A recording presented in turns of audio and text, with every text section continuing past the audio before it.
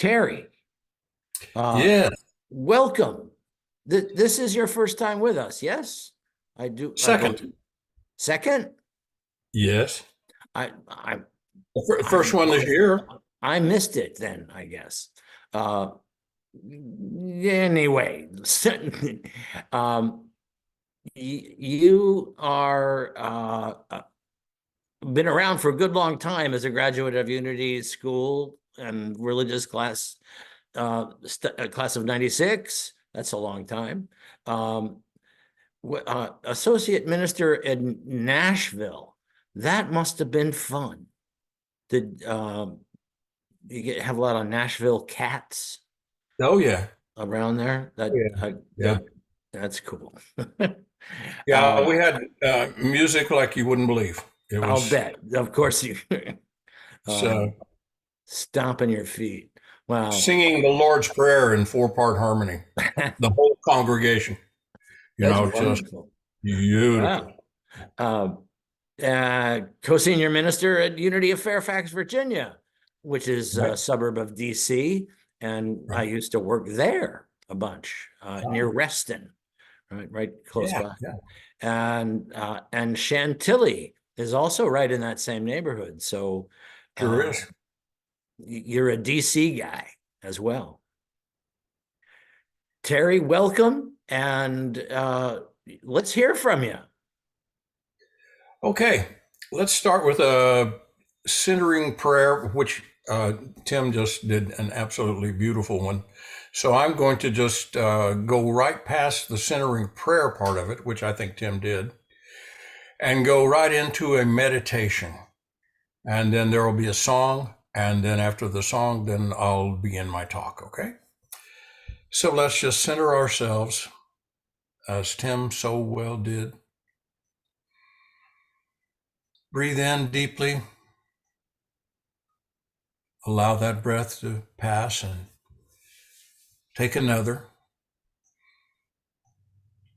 Fully oxygenate the body. Cause a sense of wellness and peace, relaxation.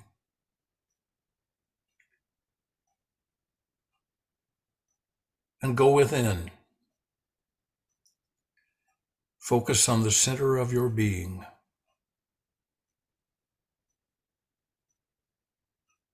The Spirit presence, the Christ presence. This is who you truly are. A point of light. A beautiful jewel.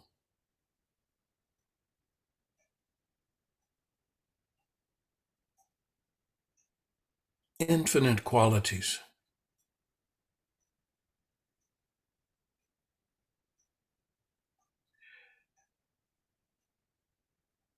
And as we center on that, we recognize that presence in every other person, every other place, every other thing, knowing that it is all one, all different emanations of the Christ being. Let's just focus on that for a moment in the silence.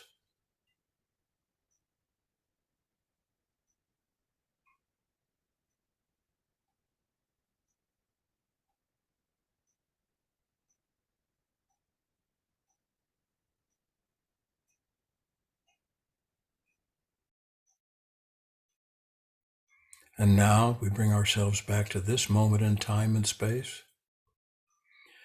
Allow ourselves to feel the joy of infinite presence everywhere, all the time. And so it is. Amen.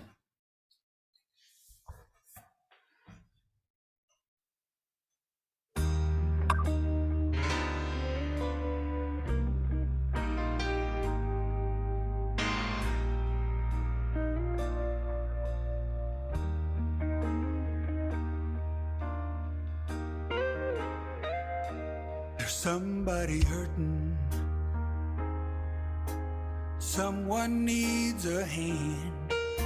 There's someone out there somewhere suffering. No matter what it is you're going through, this prayer's for you. This prayer's for you.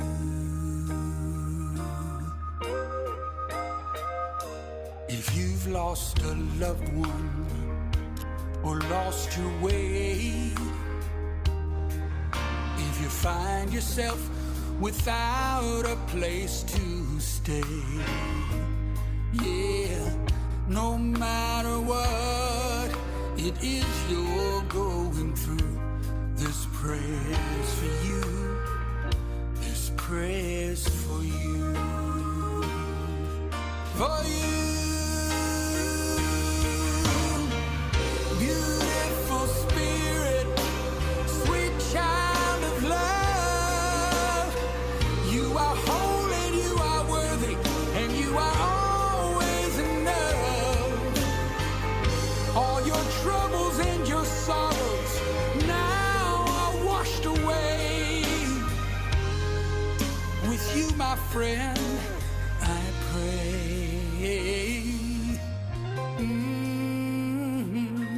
There's somebody hurting. Someone needs a hand. There's someone out there somewhere suffering. No matter what it is you're going through, this prayer's for you. This prayer's for you. This prayer's for you. This prayer's for you.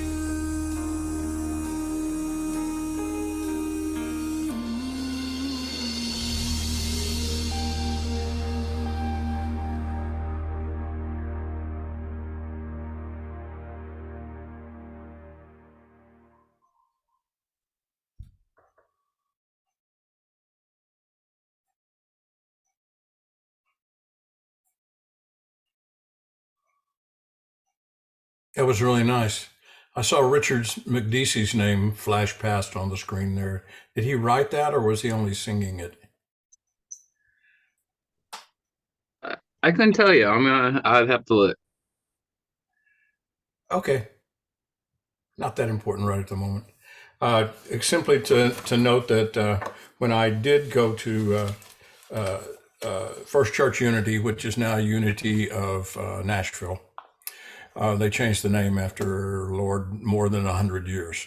It was the second church in the Unity movement, which was started way back when. So when I joined that church as a congregant, it was in its 97th year. So you add on the years since then, and it's been around a while. And here's the thing about it. I didn't even know it existed. I lived in a little town called Hendersonville, Tennessee, out on a lake, Old Hickory Lake, and I did not know anything about Unity. I thought I had dreamed up those thoughts and that kind of philosophy all by myself. Had no idea that I was not alone at all in that. And all of the gaps that I had in my my philosophy that I didn't have answers for, lo and behold, the Unity had answers for me. So that was so nice to finally find Unity. Speaking of Unity, that's where I'm going to be taking, since I am a licensed and ordained Unity minister, that's where I'm going to be taking my lesson from today, from a book written by the co-founder of, let me see if I can pull up the co-founders here. You all know them well, but a lot of people don't. Charles and Myrtle Fillmore. And here they are. No, they're not showing up on my screen. No, there they are. There we are. These little blocks here, people have been looking for them everywhere, and I have one, so I feel very fortunate to have one. The Unity movement was co-founded. It was founded on publishing and it was also founded on prayer. Myrtle Fillmore handled the prayer end of it, she, as you well know.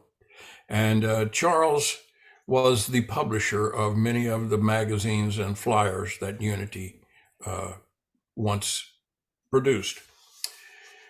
Did you know, this is a little aside here, but did you know that people used to take those flyers, they would receive them in the mail, and it would have some kind of healing meditation or healing of affirmation on it. And they would wet those down and paste them on their body wherever it was that this was needed.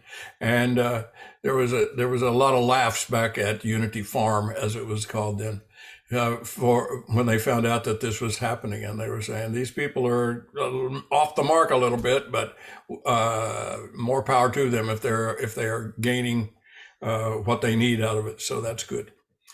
But even today, I still get a little bit of laugh of thinking someone would have like a mosquito bite, and they'd plaster one of these on their arm, and then a few days later peel it off and go, Lord, it worked. Look, it's gone. So it's like a Unity tattoo. Yeah, very much so. Very much so. Anyway, today my talk is going to be taken from we're in the Lenten season. As you know, the Lenten season began right after Mardi Gras on Ash Wednesday, and it will continue on through until Easter. And I am going to read a little bit to you from the foreword and then from the Lenten lesson, and I won't bore you by having my head turned down reading all the time. I'll just read a little bit, and then we'll try to unpack that part of the message. So, having said that, this book is called Keep a True Lent. It's an old book. You'd think, boy, this goes way back to the beginning. Nope. This book was published in 1953. Now, that's still a long time ago, but that's not very long ago to a lot of us. It just seems like it was, just howdy doody days. So it wasn't that far away for many of us. Keep a True Lent by Charles Fillmore. This book actually is a compilation of many of his talks that he gave on Sunday mornings, as well as talks on truth and many of these things. But people compiled these together and published this book, Keep a True Lent. Here's from the foreword on that book, written about Lent and I'm not going to read the whole thing, it's 3 pages long, from Georgiana Tree West. She was also an author, and she was a member of the prayer ministry at Silent Unity and worked there for many, many years. So she did the foreword on this book. This is a first printing that I have, and I was so proud to find this at a yard sale, I think in Liberty, and in Kansas, and I found this, and here's the only thing about it. This book was well used. It is marked up, verses all over the place, so I can't say, I have this perfect, but it is perfect in a sense because it was used, read and studied and used. None of the pages are torn out to paste on the body, but there is a lot of Unity material in here that is marked up. Here's what Georgiana West had to say back in this day. The Christian world is once again observing the Lenten season, a season of prayer and fasting that precedes the joyous festivity of Easter. It is commonly believed that the Lenten period has to do with the events of the 40 days preceding the resurrection. This is an erroneous idea. Lent is a church institution, meaning Catholic Church, and there is no authorization for it anywhere in the New Testament. The idea, however, has a sound spiritual base. Moses, Elijah, and Jesus himself set a precedent for it. Each observed a 40-day period of prayer and fasting as a preparation for their spiritual work. Moses received the 10 Commandments on Mount Sinai at the conclusion of his fast. Elijah talked with God on Mount Horeb at the conclusion of his period of prayer and fasting. And that's where we have the wonderful words, still small voice, that Elijah heard. Jesus began his great spiritual ministry at the close of his fast in the wilderness, where he was supposedly not physically, but tempted by the devil or tempted by the outside world to create himself as a separate entity. It goes on to say this, and I'll slip over here to the end. This is really important because of today, what's happening in the world, and here it is happening again. One of the most valuable ways of observing this particular Lenten season is to fast from, loose and let go of, the belief that men or nations can stand in the way of God's good will for women and men, for man, it states. Now is the time to affirm the power of the Christ Spirit indwelling in all men everywhere and influencing their thoughts, words, and actions to work for the good of the whole. We all want to be of some influence in establishing world peace. To do so, we must learn to obey Paul's exhortation. Let us therefore follow after the things which make for peace. Each one of us must be concerned with improving his own life. We must learn to deny our selfish impulses and be obedient to impulses of brotherly love. When we withdraw our attention, interest, and support from the false and the unworthy, this is true fasting. When we give that same attention, interest, and support to the enduring good, we are feasting upon the things of the Spirit, and this is true prayer. When we have truly fasted in the Christ way, we have increased our ability to respond to God's good will. Now that has a lot of timely meaning for us in this very day that we live in. We are living in a time, once again, when tyrants and authoritarians are rising in the world. And our fear of this and our worry about this, if any of us remember what happened in the 1930s, once again comes forward and we go, oh boy, here we go. World War III, it's at our doorstep. What are we going to do? Oh, when actually she's explaining to us what we do. There is nothing that can overcome God's good will for, as she says, man, but we all know back in those days, man was supposed to mean all humankind. And that was just the way things were back then. Thank God things have changed and we've enlightened ourselves to be able to say all humanity as opposed to just man. Having said all that, I want to speak directly about the Lenten season, where it comes from, why it's used, what it's supposed to mean, and what it's become to mean, and what it can mean if we dig deeper within.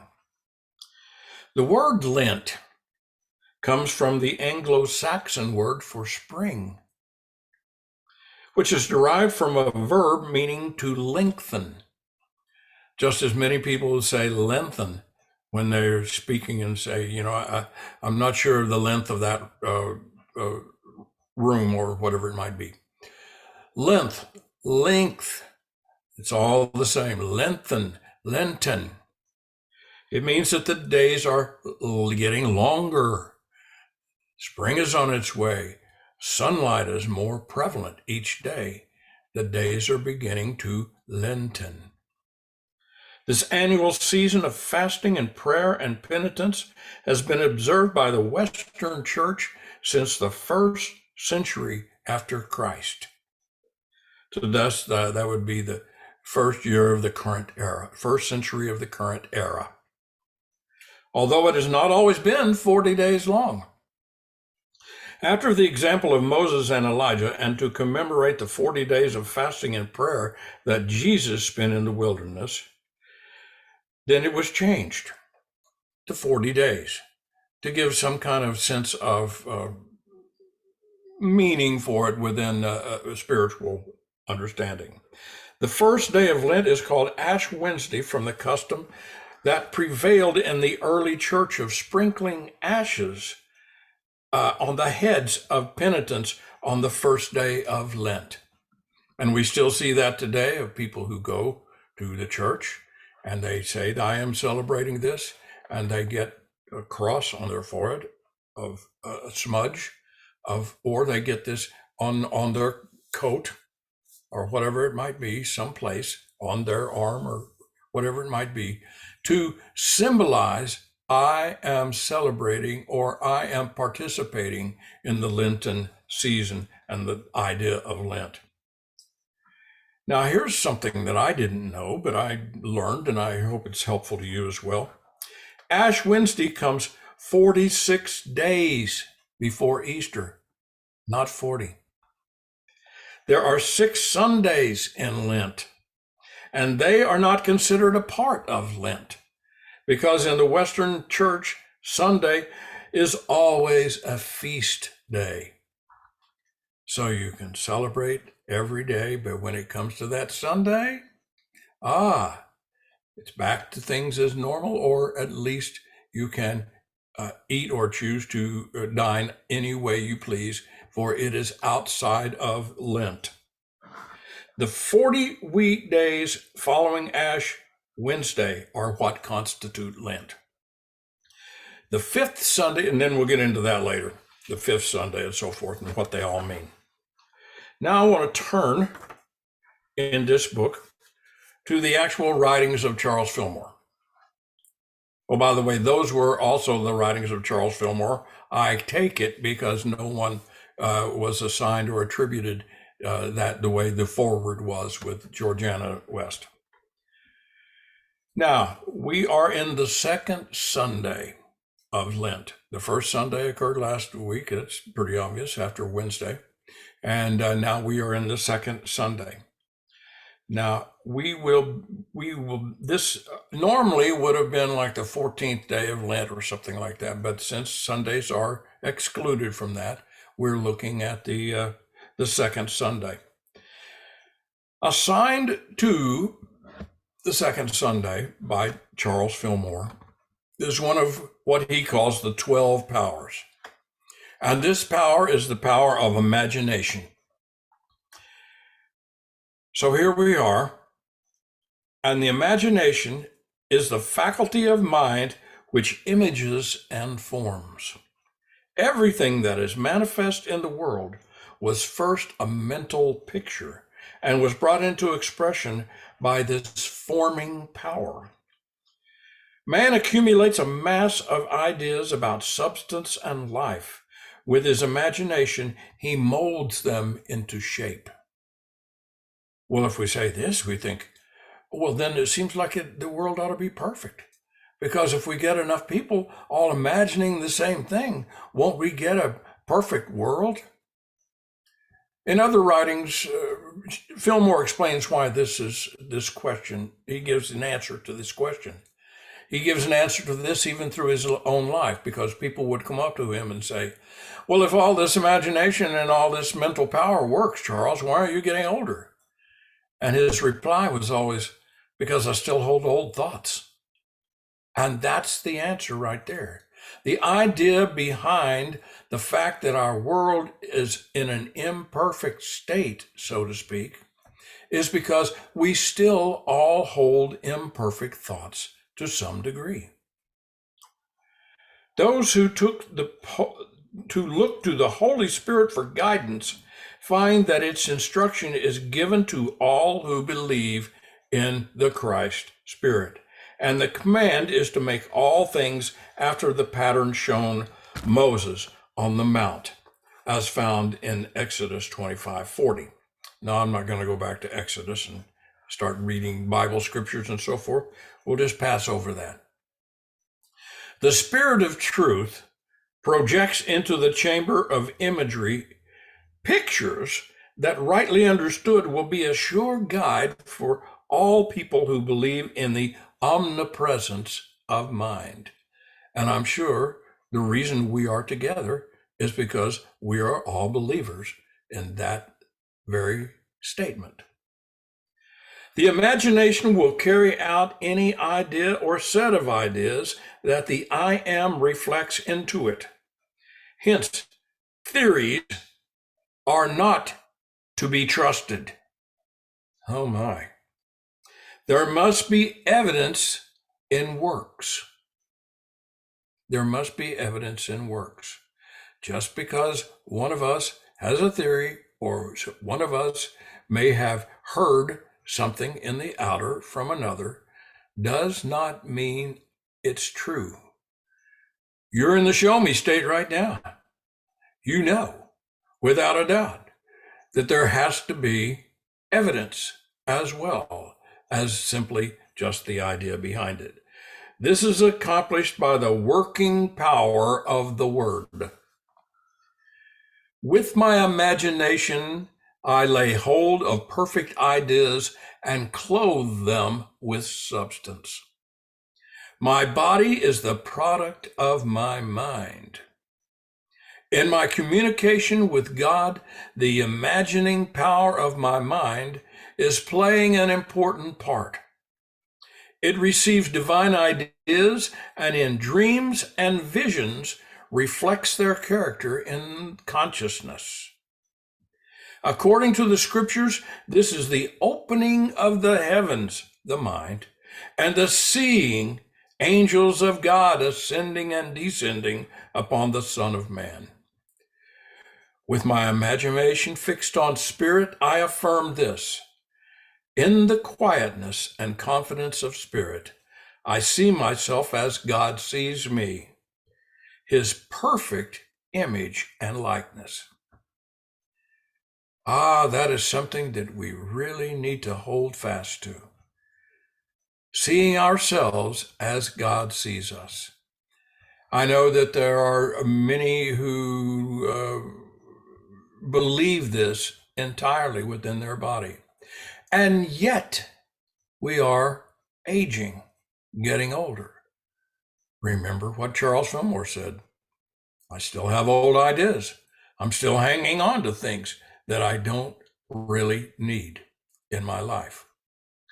This is the idea of true Lent. You know, the idea of Lent in the church as we see it today is, well, I'll give up something that I like that I eat, or I'll give up some behavior that I have, and I won't do that for the next 40 days, not counting those Sundays in between. But the truth of the matter is, doing something in the outer and believing that some outer behavior is going to fix us or make us cleaner or somehow make us have a sense of spirituality in our lives is just not, I'm not putting it down. I'm just saying it's not fully present. It's not fully what we could be having in our lives. What we can have in our lives is for us to go back to the first Sunday for just a moment, the first Sunday of Lent. Here is the first Sunday of Lent.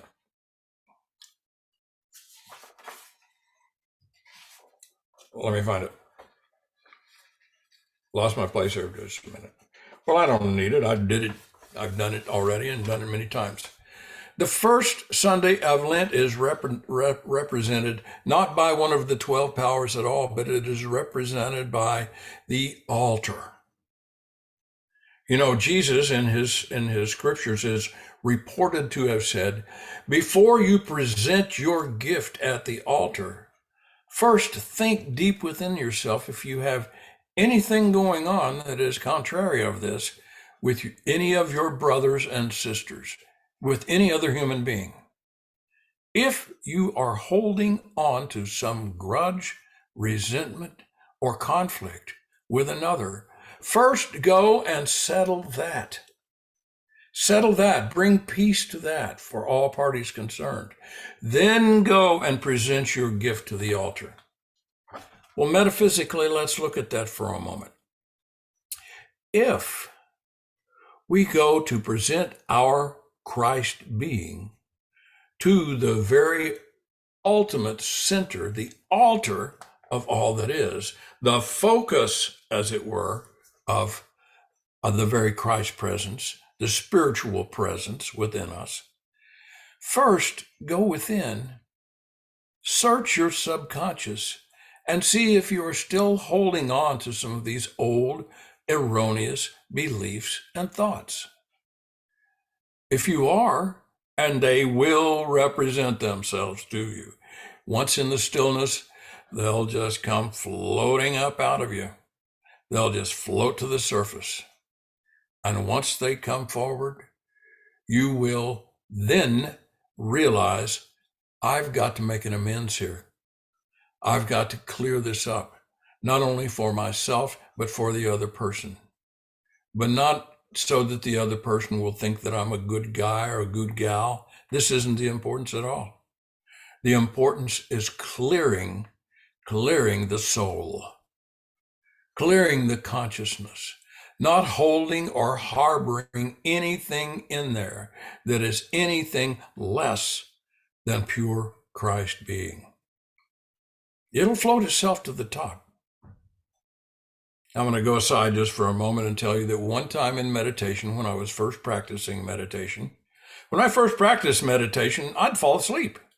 That happened almost every time. It took a long time before I could stay awake once I got in that relaxed state.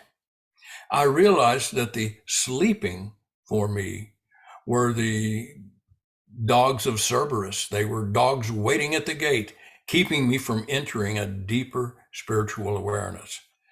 Once I realized that and was able to stay awake and get past those guardians of the gate and get within, suddenly I would have these out-of-body experiences where my body, I knew it was there, I could see it, I was aware of it, but I was in a meditative state, deeper than I'd ever been before. In one of these early states, way up in the corner of this cavernous being that was this state of meditation, I heard this little tiny song, and I thought that must be the still small voice. Let me go closer to it so I can see what it is. And I focused my attention deeper and deeper and deeper into that corner, and suddenly it became clear what I was hearing. And what I heard was, use Ajax, boom, boom, the foaming cleanser, bum, bum, bum, bum, bum, bum. That's what I heard. And I realized, you're not there yet. Just keep working at it. And that's a true story. That's really happened to me. Now, if there's anything in there that needs cleansing, just go there, allow it to come to the surface. And once it's there for you, go back to that person. Now, what if that person is no longer living, no longer on the earth? Or this person is so out of touch for you that there's no way you could ever make an amends there. The truth is you can, because it's all consciousness. It's all consciousness. You can contact that person within your being and release them from any resentment that you ever felt, from any harm that you felt, from any pain that you felt, from any argument that you ever had. And you could go to them and say to them in consciousness, I forgive you, or please forgive me. Allow that to occur. And then, once that's occurred, know that all is well. And take the essence of who you are, your gift, your you. Take that. back to the focus of pure spirit, the altar, lay it at the altar, and allow your gift to be acceptable and pure. Wow, can we do that? Absolutely, we can do that. We can do it. Will we have to continue to do this? Yes, because we will hear those things that are significant. We will hear things that are insignificant, and we must sort them out. Sort them out, and once we have, then we will feel a presence within ourselves that says, I'm doing better. And it's not the I of me that is doing it. It is the Christ within that is doing the works. Now, going forward to the second Wednesday, there we are in imagination. We can look within and image for ourselves a new and better us, a new and better you, a new and better me, and present that to the I am of all that we have. Once this is connected, then the world is becoming a better place. One thought, one idea, one person at a time throughout our lives. Now, having said all that, it's easy for us to simply express these things, but there must be action to follow. It's easy to go to a priest and have him smudge you across the forehead or on your sleeve and walk out the door and say, well, now everybody knows how holy I am and that I attended church and that's the end of that. Or it's enough for us, we think, to say, okay, I did a meditation today and it came off pretty good. I didn't hear Ajax, the foaming cleanser today. I'm actually doing a little better, focusing some better. But it's another thing entirely to carry yourself through with your actions. Now, here's something I've discovered about this tricky God that we all try to focus on. Once we say, I am present, here am I, and I am ready to advance on this. I am ready to let go of these old beliefs, these old resentments, these old feelings, these old pictures of myself and others. I am ready to do that. And here they are, and I let them go. True Lent.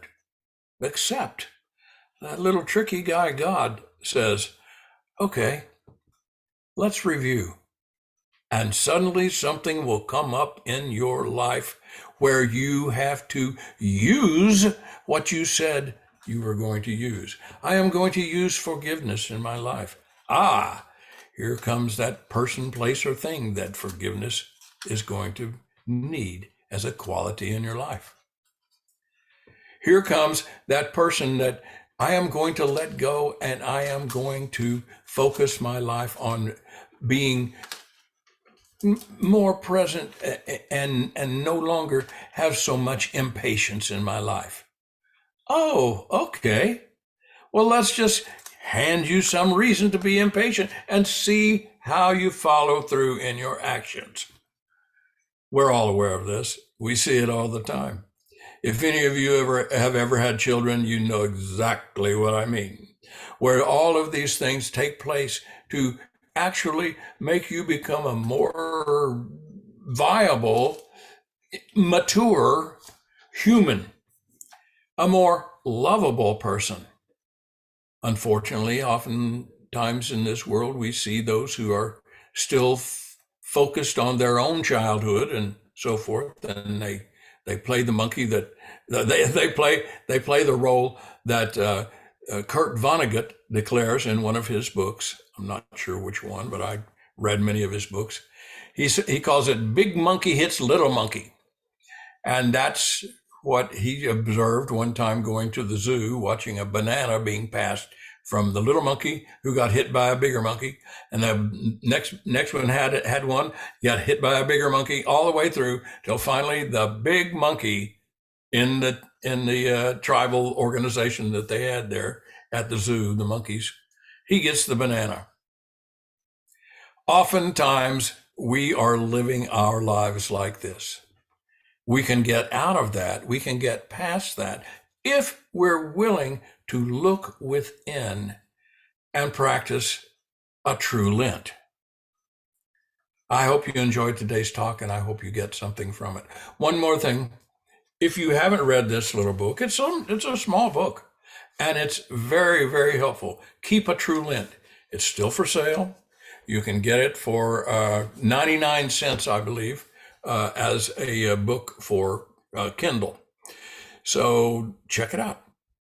Thank you very much. God bless. Terry, thank you so much. That was great. We're gonna play a song for you.